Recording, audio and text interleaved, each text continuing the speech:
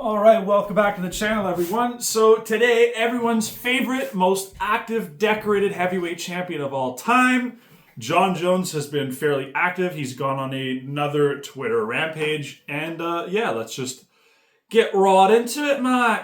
So the first thing he posts, he's like, "Oh, now we're down on American soil, whatever," and then he posts this little graphic where it's like how many champions by nationality, and then it's like USA at 64, Brazil at 18, and Russia at 4.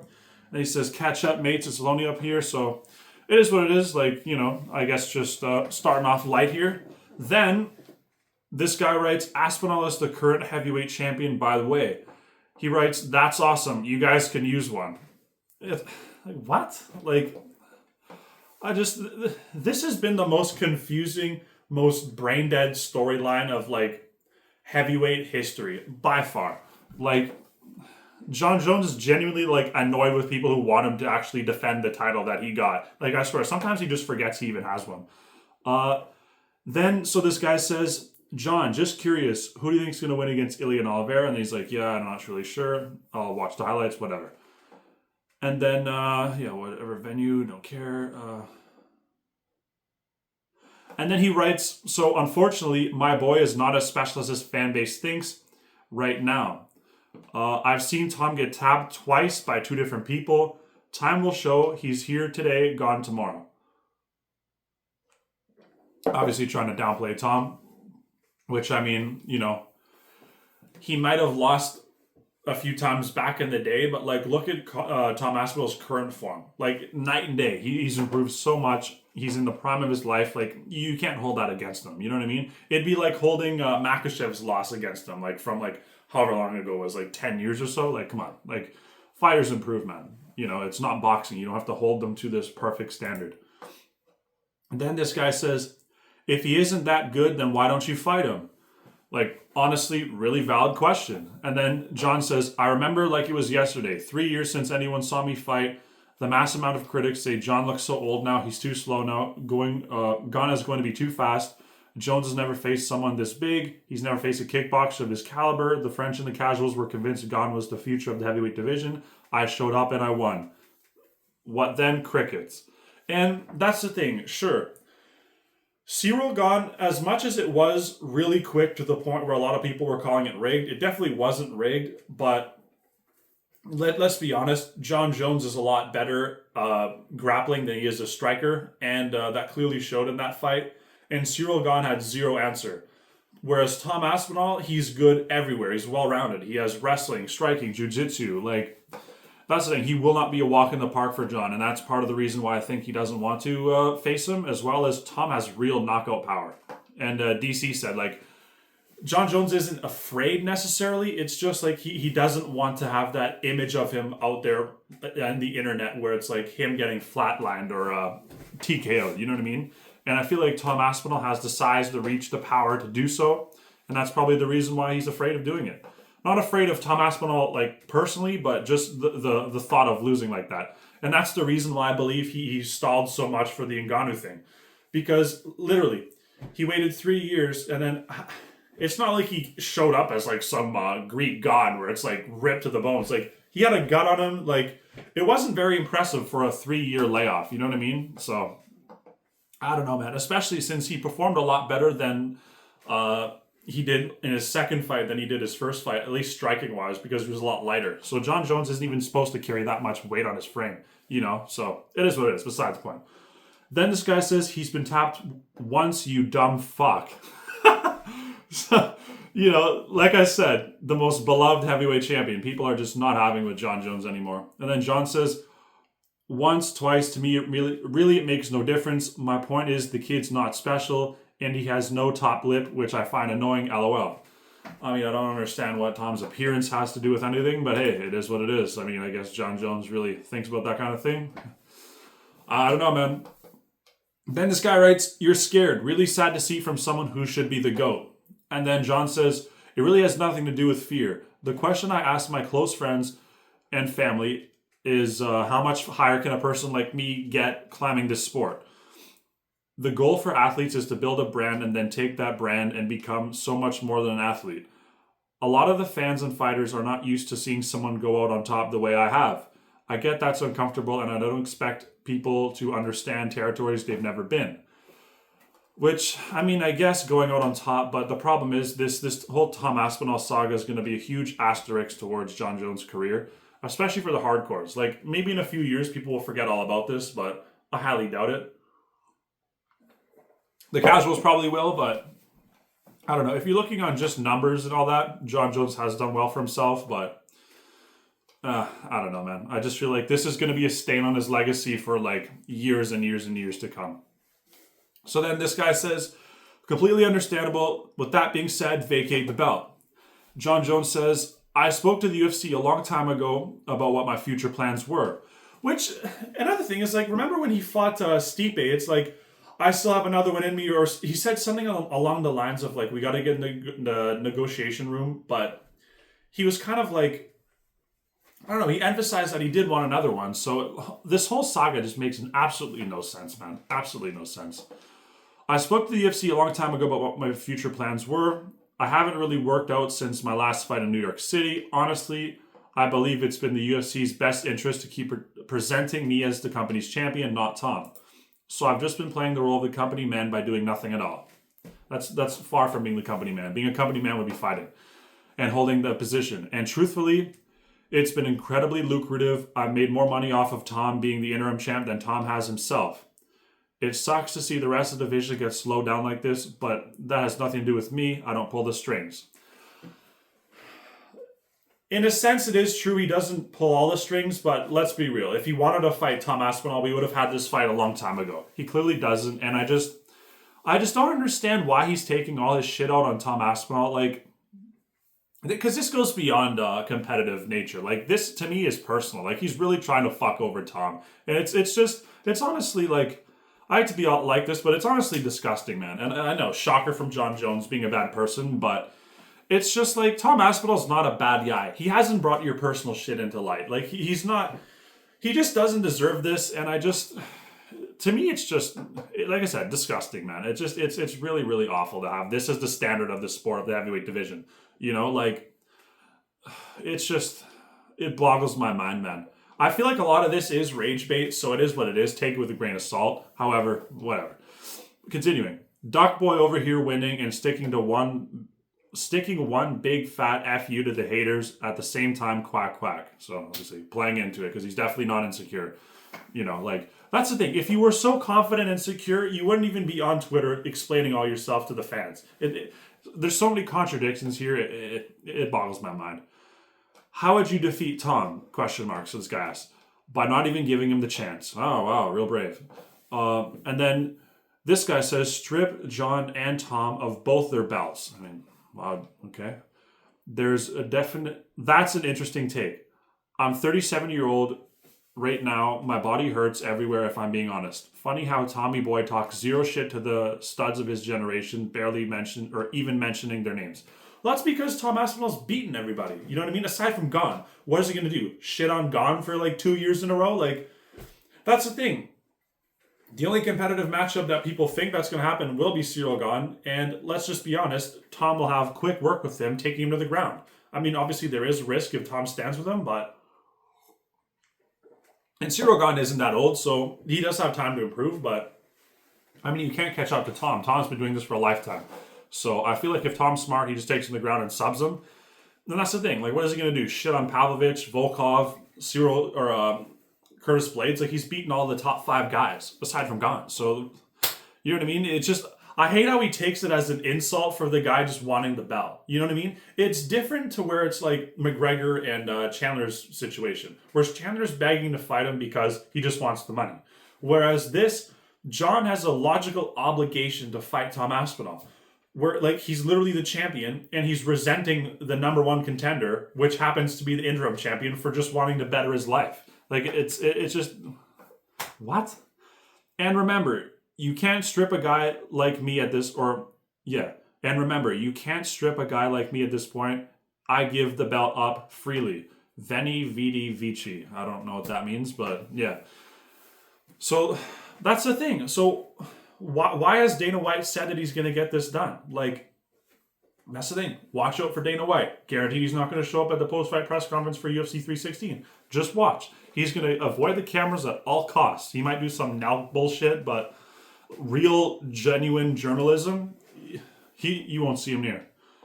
And then this guy writes, "Fuck you." And then he says, "Did that last kiss make you mad? LOL." Let's talk about the emoji. That's okay.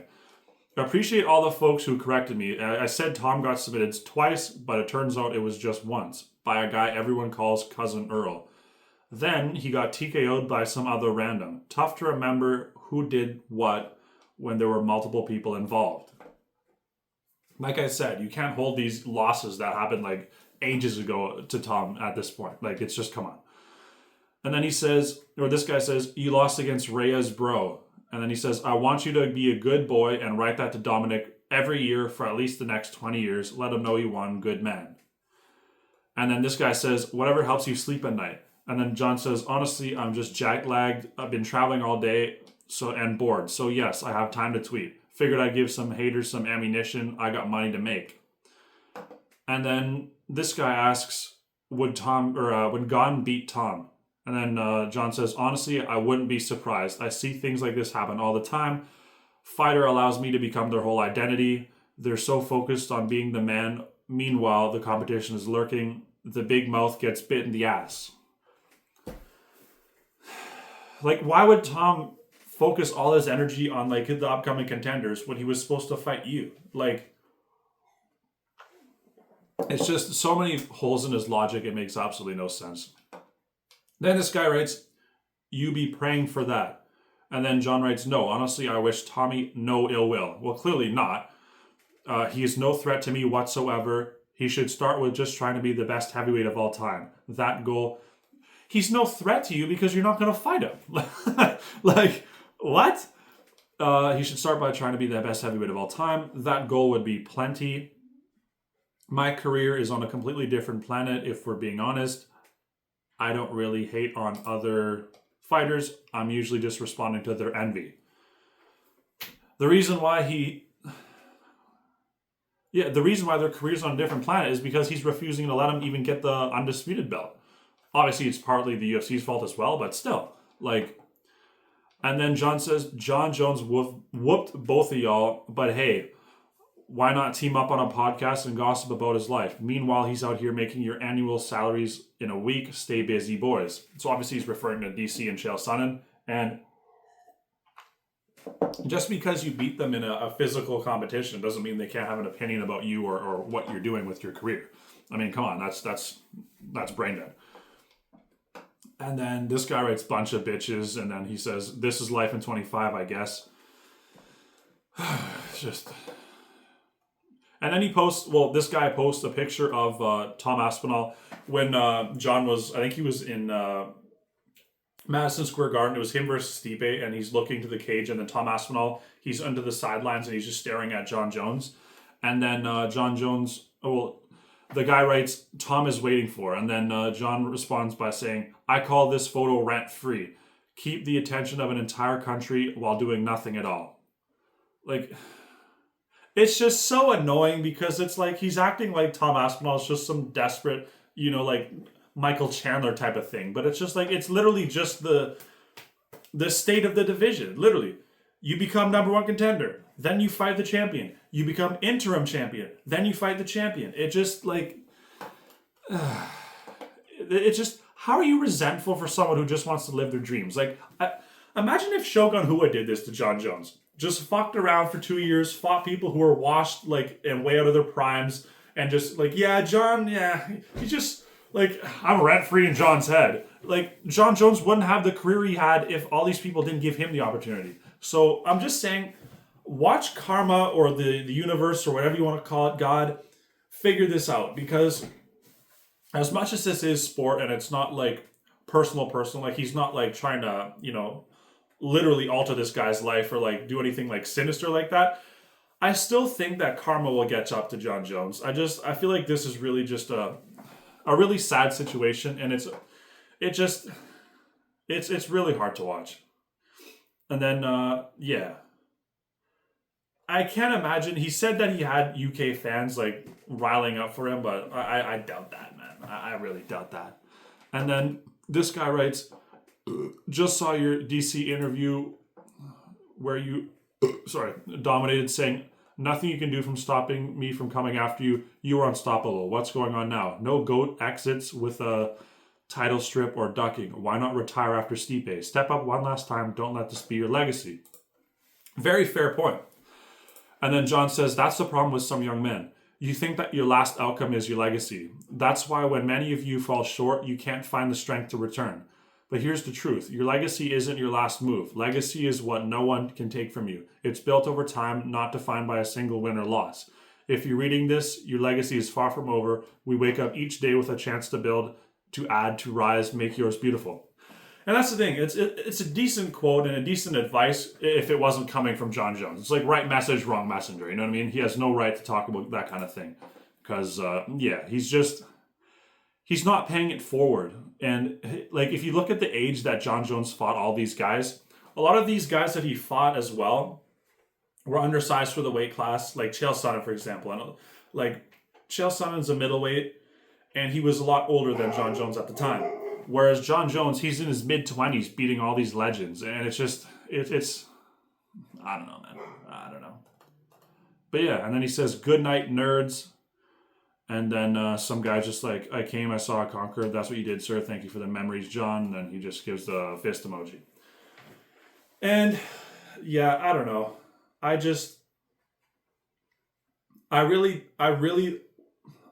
Honestly, I'm looking forward to Dana White responding to all this more than anything. I feel like that's where a lot of this anticipation is, because John Jones can talk out of his ass on Twitter all he wants, but the guy who actually has to make these decisions and, hyped up the public for 2 years saying that, yes, John was going to fight Tom, all this, and then basically guaranteeing it to us, and now having to explain. And then I feel like Dana's probably having a stroke reading John Jones's Twitter rants. And I'm really excited for someone to hold Dana White to this accountability, because if he just has some bullshit answer like he did with the whole Ngannou thing, because that's the thing, Dana White flip-flops. Like, before John Jones was supposed to fight Ngannou,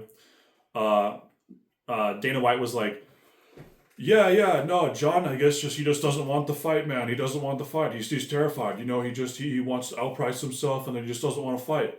And then when Ngannou leaves, then Dana's like, oh yeah, Ngannou left. He would have gotten demolished by John. John Jones is the best person ever, or he's the greatest fighter ever. And then now that John Jones is in this situation and Tom Aspinall, watch John Jones leave, and then all this, as the kids say, glazing will stop. You know what I mean? He'll be like, yeah, man, he was a nightmare to work with, and we were trying so hard to get him to fight Tom, but I guess he was terrified. He didn't want to. So it's just flip-flop, flip-flop, flip-flop, and I don't know, man. The heavyweight division is such a mess right now. And not only that, Tom Aspinall's ran through most of the division, like I said. So there's really, like, aside from Gon, what else are you guys going to look forward to? Like, they're going to have to sign some out-of-promotion guys. Like, I don't know, maybe some kickboxing champions. But even then, like, that won't do much for Tom's legacy. Like, I feel like the best case scenario, and UFC and Dana White's going to have to bury their pride, and so will Ngannou or whatever. I feel like the biggest fight to really spite John Jones would be Aspinall and Ngannou. That would be the biggest thing ever. Because Ngannou has, like, sure, you lost to Anthony Joshua, but that's boxing. That's different. Obviously, they're both combat sports, but it's with the shoes and the different style. Like, Anthony Joshua obviously had the huge advantage in that. But I feel like if you do Tom Aspinall versus Ngannou, the real lineal UFC heavyweight championship. Because if you want to play this game where it's like, he didn't fight the proper champion. Like, whereas a lot of people were saying, Charles Oliveira wasn't the real champion because he never fought Khabib. You can say that with John, because John never fought Ngannou. Gon lost to Ngannou, and then John beat Gon for the vacant. So technically, if you want to go by that logic, John Jones was never the legitimate heavyweight champion.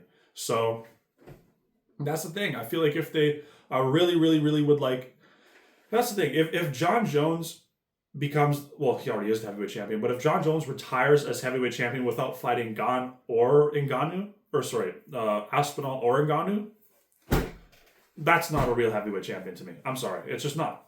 So, if the UFC can pull that off and get Ngannou back, that might really light a fire under John Jones' ass, especially if Tom Aspinall. Well, actually, no.